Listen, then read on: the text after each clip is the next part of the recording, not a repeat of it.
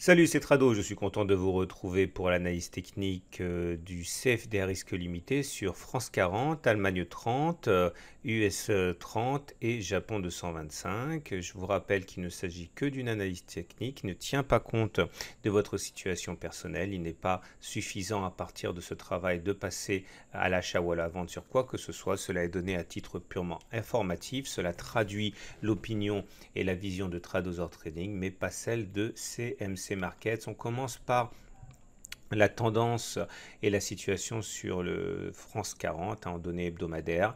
On voit tout d'abord que le consensus des clients CMC est vendeur à 65%.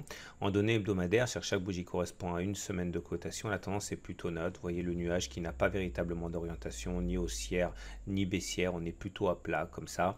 D'ailleurs, nous sommes au-dessus d'une moyenne mobile à 20 semaines qui descend, qui est également symptomatique d'une tendance plutôt neutre. Par contre, on est sur une résistance importante. Ici, les 5220, 5300, c'était une zone de support qui a été cassée et qui a donc changé de polarité pour devenir résistance.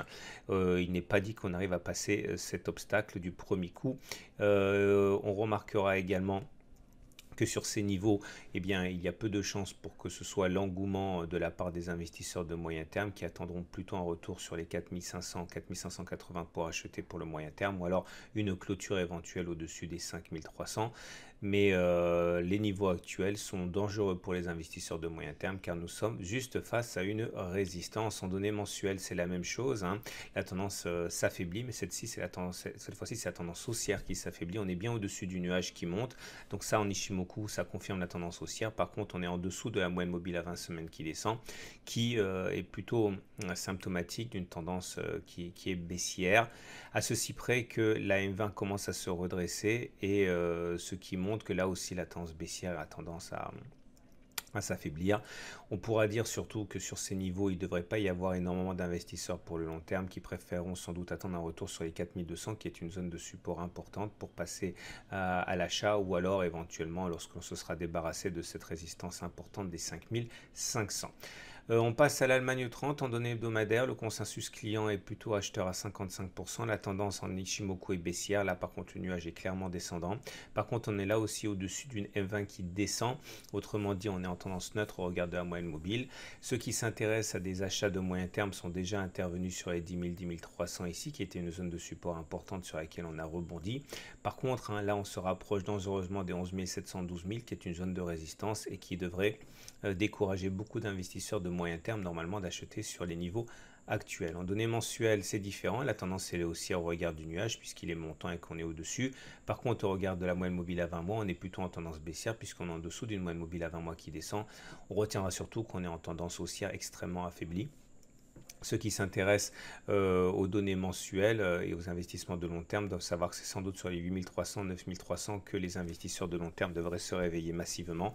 Nous avons également l'US 30 qui est dans une situation d'amélioration. En données hebdomadaires, vous voyez, le nuage il est à plat comme ça et on est au-dessus d'une moyenne mobile à 20 semaines qui descend. Tout ça, c'est tout à fait révélateur d'une tendance qui est neutre. Ceux qui s'intéressent aux investissements de moyen terme doivent se méfier de la situation actuelle où nous sommes au contact d'une résistance, celle des 26 000, 26 300. Ceux qui s'intéressaient au moyen terme ont eu l'occasion de rentrer sur le support des 21 500, 22 200 qui avait déjà été repéré par tous les analystes techniques. Pour l'instant, on retiendra que c'est une zone dangereuse pour le moyen terme, pour le long terme également, parce que même si la tendance elle est haussière, vous voyez, on est au-dessus du nuage qui monte et de la moyenne mobile à 20 mois qui monte. On n'est absolument pas en tendance baissière sur les données mensuelles. On est par contre au contact des 26 000. Les 26 000, hein, c'est une zone ici qui a été fatale lors des deux précédentes tentatives de cassure. Hein, donc il est très dangereux d'acheter pour le long terme maintenant. Les investisseurs de long terme sans doute attendent un retour sur les 18 400 ou alors un passage en force des 26 000 points. On termine avec le Japon 225 également en tendance hebdomadaire neutre, un nuage est à plat, on est au-dessus d'une M20 qui descend. Par contre, ceux qui s'intéressaient à des investissements de moyen terme et qui sont rentrés à 19 100, 19 700 vont sans doute hésiter à rentrer puisqu'on n'est plus très loin maintenant à des 22 700. Donc il y a des difficultés qui risquent d'intervenir. Hein. Donc même si la tendance est neutre, on n'est pas forcément à un niveau tel que les investisseurs de moyen terme se bousculeront.